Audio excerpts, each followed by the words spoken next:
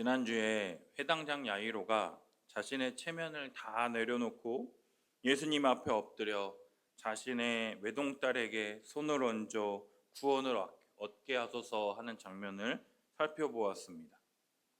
따라서 이러한 모든 것을 내려놓고 예수님께 도움을 구하는 이 야이로와 함께 집에 가시는 길에 12의 혈루병 걸린 여인을 통해서 예수님의 옷에만 되어도 낫겠다라고 하는 그 믿음을 많은 사람들에게 드러내시며, 그녀가 원하는 혈류증이 낫는 것뿐만 아니라 그보다 더 큰 하나님의 딸이 되고 구원을 얻게 되어 하나님이 주시는 복과 은혜를 누리게 되는 것을 살펴볼 수가 있었습니다. 그리고 야이로의 집에서 온 사람들이 야이로의 딸이 죽었다라는 소식을 듣고 예수님께서 야이로에게 두려워 말고 믿기만 하라라고 하는 그 말씀을 하시고, 야이로의 집에 다 모든 사람들을 내보낸 후에 야이로의 아내, 그리고 제자 베드로, 야고보, 요한 이 세 명의 제자들과 함께 그 소녀에게 들어가서 그 소녀의 손을 잡아 일으키시며 소녀야 일어나라 라고 말씀하시니 일어나 걷게 되는 놀라운 일들을 통해서 이 혈루병 걸린 여인과 이 야이로가 가졌던 그런 작은 믿음, 절망 속에서 오직 예수 그리스도만을 바라보는 하나님의 은혜를 구하는 모습을 정말로 귀하게 여기시는 예수님의 모습에 대해서 우리가 살펴볼 수가 있었습니다. 그렇다면 오늘 말씀을 통해서 어떠한 은혜를 계속해서 주시는지 오늘 우리가 함께 살펴보도록 하겠습니다. 첫 번째로, 예수님은 하늘의 지혜와 권능으로 가르치지만 배척하는 자들에게는 아무것도 행하지 않음으로 심판하신다라는 것입니다. 우리 1절과 2절 한번 읽어볼까요? 시작. 예수께서 거기를 떠나사 고향으로 가시니 제자들도 따르니라. 안식일이 되어 회당에서 가르치시니 많은 사람이 듣고 놀라 이르되 이 사람이 어디서 이런 것을 얻었느냐? 이 사람이 받은 지혜와 그 손으로 이루어지는 이런 권능이 어찌 됨이냐? 예수님의 고향 사람들도 뭐야? 많은 사람이 듣고 놀랍니다. 많은 사람들이 듣고 놀라서 말하는 예수님의 가르침은요, 놀라운 지혜의 가르침이라는 것이죠. 이 사람이 어디서 이런 것을 얻었느냐? 이것은 예수님의 권위에 대한 질문입니다. 예수님은요, 우리와 똑같은 인간이시지만 인간의 몸을 입고 이 땅에 오셨지만 삼위 하나님으로서 하늘의 지혜와 권능을 가지신 분이시다라는 것이죠. 따라서 하늘의 지혜와 권능을 가지신 그분께서 우리가 알아들을 수 있는 언어와 표현들로 우리들에게 말씀을 풀어서 가르쳐 주시니까 우리가 상상할 수 없었던 은혜를 우리들에게 베풀어 주시는 전능하신 하나님이라 할 수 있다라는 것이죠. 그런데 이 고향 사람들이 뭐라고 말하니까 우리 3절 한번 읽어보겠습니까? 시작. 이 사람이 마리아의 아들 목수가 아니냐? 야고보와 요셉과 유다와 시몬의 형제가 아니냐? 그 누이들이 우리와 함께 여기 있지 아니하냐고 예수를 배척한지라. 아멘. 예수님의 고향 나사렛 사람들은요, 예수님의 가르침에 집중하기보다는요, 예수님의 직업, 그의 가족, 그의 배경을 살펴봄을 통해서 어떠한 결론을 내리느냐? 예수님을 배척하게 됩니다. 마리아의 아들 목수가 아니냐? 목수라는 것을 통해서 지혜와 권능을 기대할 수 없는 보통 사람, 평범한 사람이라는 것을 재확인할 뿐만 아니라 야고보, 요셉, 유다, 시몬 이 형제들의 이름을 열거한 것은 이 고향 사람들이 그 사람들을 잘 알고 있다라는 것을 나타낸다라는 것이죠. 그들은 평범한 사람들이었고 예수님은 평범한 유년 시절을 보냈다라는 것이죠. 따라서 예수가 이러한 가르침을 얻을 만한 사람이 절대 못 된다라는 결론을 내리고 예수님의 가르침, 듣고 놀라기는 하지만 정말 그 가르침을 배척하며 전혀 듣지 않게 된다라는 것입니다. 많은 사람들이 특별한 가르침을 하기 위해서는 특별하게 태어나야 된다라고 생각을 합니다. 그래서 우리가 많이 알고 있는 단군 신화도 어떤 거예요? 그 말을 믿게 하기 위해서 호랑이와 곰이 쑥과 마늘을 먹어서 사람이 됐다. 그러니까 그 이야기를 들어야 된다. 특별한 사람이 특별한 이야기를 할 때 들어야 된다. 그리고 우리 박혁것에는 어디서 태어났죠? 알에서 태어났잖아요. 특별하게 태어난 사람이니까 그의 말을 들어야 된다라고 하는 것처럼 예수님도 특별하게 세례 요한처럼 낙타털옷을 입고 석청을 먹으며 회개하라라고 외쳐야지 그러한 말을 듣는 것인데, 그냥 우리가 아는 평범한 사람, 쟤 누구 집 아들 아니야? 그러니까 쟤는 절대로 그러한 가르침을 얻을 수가 없어 라고 하면서 배척하고 전혀 듣지 않게 된다라는 것이죠. 예수님을 자신들과 똑같은 평범한 한 사람에 불과했으며 예수님에 대해 자신들이 품고 있었던 그 생각 때문에 예수님의 가르침, 복음의 메시지를 전혀 받아들일 수가 없었다라는 것입니다. 예수님은 그들에게 선지자로 오셨지만 그들은 단지 자신들과 함께 사는 고향의 남자 정도로 보았다라는 것이죠. 우리 4절 함께 읽어보겠습니다. 시작. 예수께서 그들에게 이르시되 선지자가 자기 고향과 자기 친척과 자기 집 외에서는 존경을 받지 못함이 없느니라 하시며. 아멘. 이 말은 뭐예요? 선지자가 고향과 친척과 자기 집에서 존경을 받는다, 못 받는다? 못 받는다라는 것이죠. 여기서 선지자는 누구예요? 예수님이라는 거예요. 나는 고향과 친척과 자기 집에서 존경을 못 받는다라고 말씀하고 계세요. 예수님은 자신을 선지자라고 지금 말씀하고 계십니다. 선지자가 무엇입니까? 하나님의 메시지를 있는 그대로 가감없이 전파하는 선택받은 자라는 것이죠. 그러한 사람은요, 고향과 친척과 자기 집에서 존경을 못 받는다. 그럼에도 불구하고 예수님은 복음을 전하셨다라는 거예요. 하나님이 예수님에게 맡기신 회개하라, 하나님의 나라가 가까이 왔느니다라고 하는 이 복음을 계속해서 전하니까 예수님의 가족들이 예수님을 어떻게 생각했습니까? 미쳤다라고 생각을 해가지고 예수님을 찾으러 갔죠. 또 예수님의 부활 이전에도요, 예수님의 가족들은요, 예수님을 메시아로 전혀 믿지 않았다라는 것이죠. 그래서 어떻게 합니까? 5절 함께 있습니다. 거기서는 아무 권능도 행하실 수 없어 다만 소수의 병자에게 안수하여 고치실 뿐이었고, 6절도 읽어볼까요? 그들이 믿지 않음을 이상히 여기셨더라. 이에 모든 촌에 두루 다니시며 가르치시더라. 아멘.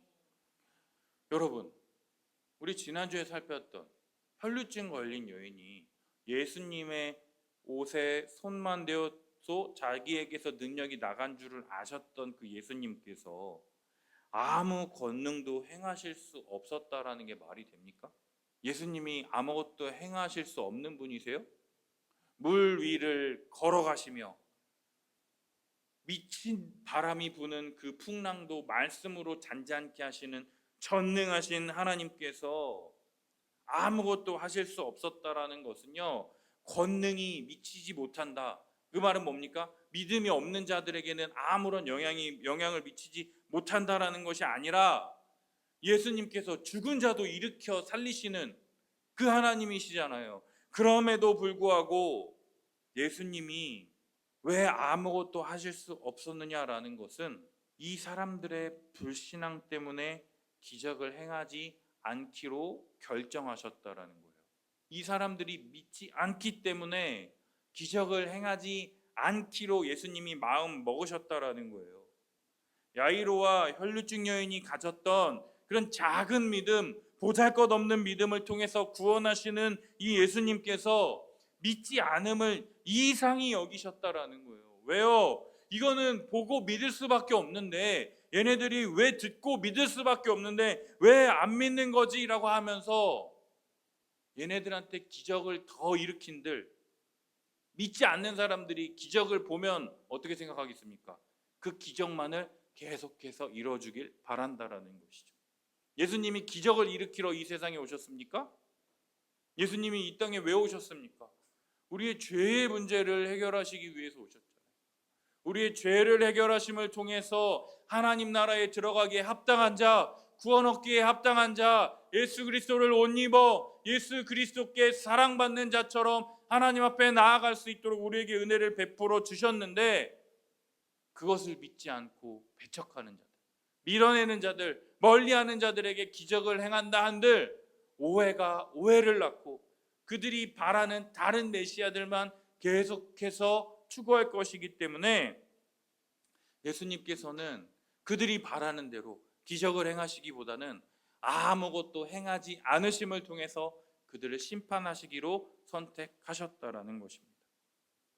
예수님의 말씀을 듣고 놀랐음에도 불구하고 그가 어떤 사람이기에, 그가 누구 집 아들이고 누구 동생이고 목수잖아 라고 해서 그의 가르침을 받아들이지 않겠다라고 결정한들 그 사람들에게 아무런 의미가 없다라는 거예요.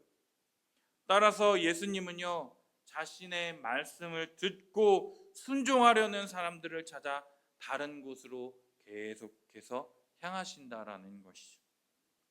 두 번째로, 예수님은 제자들을 훈련시키기 위하여 권능을 주시고 복음을 전하라 명령하신다라는 것이에요. 우리 6절 다시 한번 읽어볼까요? 6절과 7절 다시 한번 읽어보겠습니다. 시작. 그들이 믿지 않음을 이상히 여기셨더라. 이에 모든 촌에 두루 다니시며 가르치시더라. 12 제자를 부르사 둘씩 보내시며 더러운 귀신을 제어하는 권능을 주시고. 아멘. 예수님은요, 예수님의 복음을 받아들이지 않는 나사렛을 떠나서 모든 마을을 두루 다니시며, 이 나사렛이라는 동네가 여기 있다고 생각해 보세요. 나사렛이라는 동네가 여기 있다면 모든 동네를 두루 다니시며, 이 나사렛을 중심으로 모든 동네를 다 다니시며 둥글게 이 나사렛을 포위하듯이 계속해서 그 마을을 다니시며 예수님이 복음을 전하신다라는 것이죠. 그러면서 어떻게 합니까? 12 제자를 부르셨어요. 그러면서 둘씩 짝지어 보내시면서 어떻게 하십니까? 더러운 귀신을 제어하는 권능도 주신다라는 거예요. 예수님을 대신하여, 예수님 혼자서 이 마을을 다 다니려면은 너무 오랜 시간이 걸리잖아요. 그러니까 예수님께서 자신을 대신하여 자신의 말씀을 듣고 믿는 이 가르침과 능력에 있어서 예수님의 대리자, 예수님이 보내신 사람처럼 행동할 수 있도록 더러운 귀신을 제어하는 권능과 복음이라고 하는 이 권세와 책임을 이 제자들에게 맡기셨다라는 거예요. 예수님은 복음을 빠르고 효과적으로 증거하기 위해서 제자들을 보내셨습니다. 제자들이 직접 가서 하나님 나라의 확장을 방해하는 사탄의 세력을 물리칠 수 있는 권세를 주시면서 복음을 전하게 하셨다라는 거예요. 따라서 예수님께 부여받은 권능으로서 이 복음 전하는 사역을 감당하게 될 때 제자된 우리들은요, 반드시 승리할 수밖에 없다라는 거예요. 아멘. 그리고 8절, 9절, 10절, 11절, 10절, 8절, 9절, 10절 함께 읽어보도록 하겠습니다. 시작. 명하시되 여행을 위하여 지팡이 외에는 양식이나 배낭이나 전대의 돈이나 아무것도 가지지 말며 신만 신고 두벌옷도 입지 말라 하시고, 또 이르시되 어디서든지 누구의 집에 들어가거든 그곳을 떠나기까지 거기 유하라. 아멘. 예수님께서요, 지팡이 말고는 아무것도 가지고 가지 말라고 말씀하십니다. 왜 지팡이만 가지고 가라고 하시느냐? 이것은요, 일반적인 여행이 아니라 복음을 전하기 위한 훈련을 위한 선교 여행이라는 거예요. 이 제자들을 통해서 믿지 않는 이 사람들에게 복음을 전하기 위해서 긴박하게 빨리 복음을 전한 후에 예수님께 돌아와야 했기 때문이라는 거예요. 그래서 지팡이만 가지고 가라는 거죠. 예수님께서는요, 제자들의 훈련을 위해서 보낸 것이기 때문에 최소한의 준비물만 가지고 가볍게 떠나라고 지금 말씀하고 계신다라는 거예요. 아니 그래도 우리가 등산을 가려고 한번 생각을 한번 해보세요. 우리가 등산 갈 때 어떻게 합니까? 힘드니까 지치지 않도록 뭘 들고 가죠? 등산 스틱. 이게 지팡이의 역할을 하는 것이죠. 그리고 또 뭐 하는 거예요? 가는 길에 목마르거나 갈증이 나니까 뭘 챙겨가야 돼요? 물이나 오이 같은 거 챙겨가잖아요. 오이 같은 거, 그래 수분 보충하는 거. 그래서 물이나 오이 같은 이 양식을 챙겨가고 또 이러한 것을 담을 수 있는 뭘 가져가야 돼요? 배낭, 가방을 메고 가야 되는 거죠. 그리고 또 혹은 내가 이런 것들을 아무것도 안 가져갔어. 그럼 어떻게 하는 거예요? 정상 바로 밑에 보면은 뭘 팔아요? 매점이 있어요. 그 정상에서는요 1,000원짜리 사발면이 얼마인 줄 아세요? 3,000원, 4,000원 해요. 왜요? 거기까지 들고 간 그 사람의 수고 비용이 있으니까. 그러니까 그 정상 밑에서 파는 그 양식을 구할 수 있도록 뭐를 가져가야 되는 거예요? 돈을 가져가야 되는 거죠. 그리고 또 등산을 할 때 막 처음에는 막 덥지만 정상에 좀 가면 추우니까 어떻게 해야 돼요? 얇은 바람막이라든가 또 올라가면 또 눈이나 뭐 이런 게 나올 수 있어요. 그럼 어떻게 해야 돼요? 미끄러지지 않도록 발에 끼는 아이젠 이런 것들을 챙겨가는 것은요 당연하고 상식적인 것이라는 거죠. 그러나 예수님은요 이런 것 하나도 가지지 말고 오직 지팡이 하나만을 가지고 가라고 지금 우리들에게 말씀하고 계시다라는 거예요. 왜요? 이것은요 내가 준비한 것, 내가 가진 것을 의지하지 말고 복음을 전할 때 하나님이 필요한 모든 것을 공급하신다라는 것을 신뢰하라는 예수님의 명령이라는 거예요. 우리가 복음을 전할 때 필요한 모든 것을 공급해 주시는 전능하신 하나님, 아버지 하나님, 우리가 있어야 할 모든 것을 다 아시는 주님께서 우리에게 필요한 모든 것을 공급해 주시는 하나님이라는 것에 대한 믿음으로 이 선교 여행을 떠나라. 지금 예수님께서 우리들에게 말씀하고 계시다라는 거예요. 따라서 예수님께서 구걸하는 자가 되지 말고 복음을 전해서 복음의 메시지를 듣고 받아들이는 자들을 통해서 그곳을 떠날 때까지 계속해서 머물라라고 지금 말씀하고 계신다라는 거예요. 우리가 여행하다 보면은요 하루씩 이렇게 호텔을 옮겨 다니는 사람들이 있어요. 이 호텔도 자보고 이 호텔도 자보고. 왜요? 이 첫 번째 집이 좀 좋았으면 좋은데 막 베개에 막 머리카락도 묻어 있고 화장실 청소도 잘 안 돼 있고. 그러면 거기 있고 싶어요? 안 있고 싶어요? 안 있고 싶죠. 그리고 두 번째 갔는데 호텔처럼 너무 시원하고 깨끗하고 청소도 잘 돼 있고 좋아. 그러면요 여러분 첫 번째 집에 계속 머물고 싶어요? 두 번째 집에 계속 머물고 싶어요? 두 번째 집에 계속해서 머물고 싶죠. 근데 우리가 호텔처럼 당연히 좋은 곳에 머물고 싶은 것은 우리의 당연한 본성입니다. 하지만 이 선교 여행하는데 여기 안 좋네, 딴 집 가야겠다, 딴 집 가야겠다 이렇게 찾아다닌다라고 한번 생각해 보세요. 그게 덕이 되겠습니까? 그 사람의 행위를 보고 그 사람의 복음을 받아들이겠습니까? 아니죠. 따라서 이러한 이 집 저 집 옮겨 다니는 모습이 아니라 아무것도 가지지 말고 복음을 전해서 그 복음을 듣고 받아들이는 그 사람의 집에 오랫동안 머물면서 계속해서 복음을 전하라라고 말씀을 하셨다라는 거예요.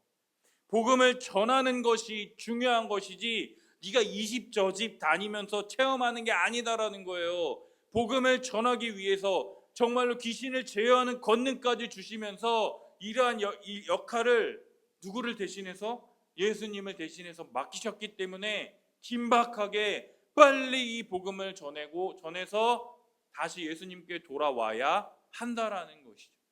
그리고 이 사람들이 복음을 긴박하게 전해야 돼요.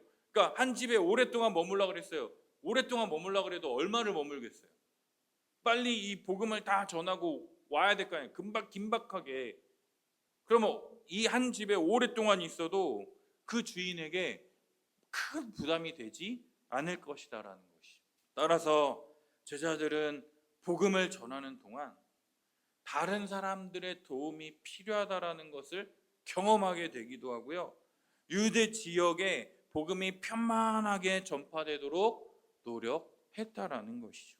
우리 11절 함께 읽어보겠습니다. 시작. 어느 곳에서든지 너희를 영접하지 아니하고 너희 말을 듣지도 아니하거든 거기서 나갈 때에 발 아래 먼지를 떨어버려 그들에게 증거를 삼으라 하시니. 아멘. 예수님께서요, 고향에서 배척받으셨듯이 복음을 거부하는 자들이 있을까요, 없을까요? 당연히 있다라는 것이죠. 반드시 있다라는 거예요. 이 신발에 먼지를 떨어낸다라는 것은 그 지역의 사람들을 향한 극도의 경멸을 나타내는 행위였습니다. 그래서 먼지를 떨어낸다라는 것은 그 사람들을 다시는 상종하지 않겠다라고 하는 표현이었다라는 거예요. 그리고 그거를 증거를 삼으라 말씀하심을 통해서 말씀을 전했음에도 불구하고 받아들이지 않는 그들의 행위에 대한 책임이 누구에게 있다? 그들에게 있다. 따라서 복음을 받아들이지 않는 자들에게는 분명한 하나님의 심판, 지옥불에 떨어질 것이다. 이 먼지가 신에서 땅에 떨어지듯이 복음을 받아들이지 않는 자들은 지옥불에 떨어질 것이다 라고 상기시키고 계시다라는 거예요. 그리고 12절 13절 함께 읽겠습니다. 시작. 제자들이 나가서 회개하라 전파하고 많은 귀신을 쫓아내며 많은 병자에게 기름을 발라 고치더라. 아멘. 제자들은요, 마을을 두루 다니면서 뭐 한 거예요? 회개하라 라고 전파했다라는 거예요. 회개가 뭡니까? 죄로부터 돌이켜 회개하라라는 거예요.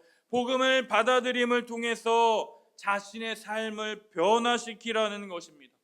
복음을 받아들일 때에만 자신의 주인됨을 깨닫고 하나님의 은혜를 구하는 진정한 믿음이 시작된다라는 것이죠. 제자들은 예수님께 받은 권세를 통해서 많은 귀신을 쫓아내며 많은 병자들에게 기름을 발라 고쳤습니다. 이것은 제자들의 능력이 아니라 예수님의 부르심에 순종한 결과로 이루어진 것이다라는 거예요. 예수님의 말씀에 그대로 순종하게 될 때 예수님이 주시는 권능을 통해서 내가 하는 게 아니라는 걸 자기들도 알게 되는 거예요. 회개하라라고 했을 때 자신들의 능력으로 이걸 할 수 있었을까요? 아무것도 못한다라는 거예요. 그러나 예수님이 선지자는 고향과 친척과 존경을 받지 못하지만 다른 곳에서는 존경받을 수 있다라고 하면서 예수님이 맡기신 대로 이거 아무것도 가지지 말고 이거를 복음을 전해라고 하는 그 말씀에 순종했을 때 이 모든 것들을 누리게 되었다라는 거예요. 우리가 아무것도 가지지 않았잖아요. 우리가 뭘 먹어야 되나 뭘 입어야 되나 날마다 걱정하잖아요. 그러나 복음을 전하는 삶을 살기로 했을 때 하나님께서 어떻게 하십니까? 필요한 모든 것을 다 공급해 주신다라는 거예요. 너희에게 있어야 할 것을 무엇인지 다 아시는 하나님께서 다 공급해 주시고 우리에게 뭐라고 말씀하십니까? 먼저 그 나라와 그의 의를 구하라. 그리하면 이 모든 것을 너희에게 더하시리라 라고 말씀하시는 그 하나님. 회개하라, 복음을 전파하고 정말로 주님이 주신 그 권능으로 많은 귀신들을 쫓아내며 많은 병든 자들에게 기름을 발라 고치는 이 주님이 주신 모든 복과 은혜를 경험하는 그 은혜가 우리들에게도 있었으면 좋겠습니다. 왜요? 오직 예수 그리스도의 말씀에 순종함으로 우리에게 이 복음을 전하라고 이 복음의 능력을 의지하여 전하게 될 때 어떻게 되는 거예요? 이 놀라운 복과 은혜를 우리가 경험하게 된다라는 것이죠. 사랑하는 여러분, 예수님의 고향 사람들은 예수님의 가르침을 듣고서도 심히 놀랐습니다. 그런데도 예수님이 누구냐? 누구 아들이잖아, 목수잖아, 뭐잖아 라고 해가지고 예수님의 가르침을 받아들이지 않았습니다. 그래서 예수님은요, 이 나사렛을 뺀 여러 지역을 두루 다니면서 어떻게 하시는 거예요? 복음을 전하신다라는 거예요. 나사렛을 이 포위를 해가지고 여기 사람들이 복음을 다 전하면 결국엔 어떻게 되는 거예요? 이 나사렛에 있는 사람들까지도 다 예수님을 믿을 수 있도록 그러한 부르심으로 제자들을 둘씩 짝지어서 보내신 것처럼 주님은 우리들에게 이 세상 가운데 복음을 듣지 않는 자들 가운데 복음을 전하라고 계속해서 우리에게 명령하십니다. 그 복음을 전하게 될 때 아무 지팡이 외에는 아무것도 가지지 않았지만 예수님 정말 복음을 전했더니 정말 우리 집에 들어와서 복음을 더 가르쳐 주세요라고 하기도 하고요. 우리에게 필요한 먹을 것을 주기도 하고요. 우리가 신발이 없는데 신발을 주기도 하고요. 정말 놀라운 일들을 경험했습니다라고 하는 그 고백을 제자들이 예수님께 돌아와서 하게 된다라는 거예요. 정말 그러한 믿음의 고백이 우리들 가운데 넘쳐났으면 좋겠습니다. 전능하신 하나님, 믿음이 없는 자들에게는 아무것도 행하실 수 없는 게 아니라 행하지 않으시는 것이고요.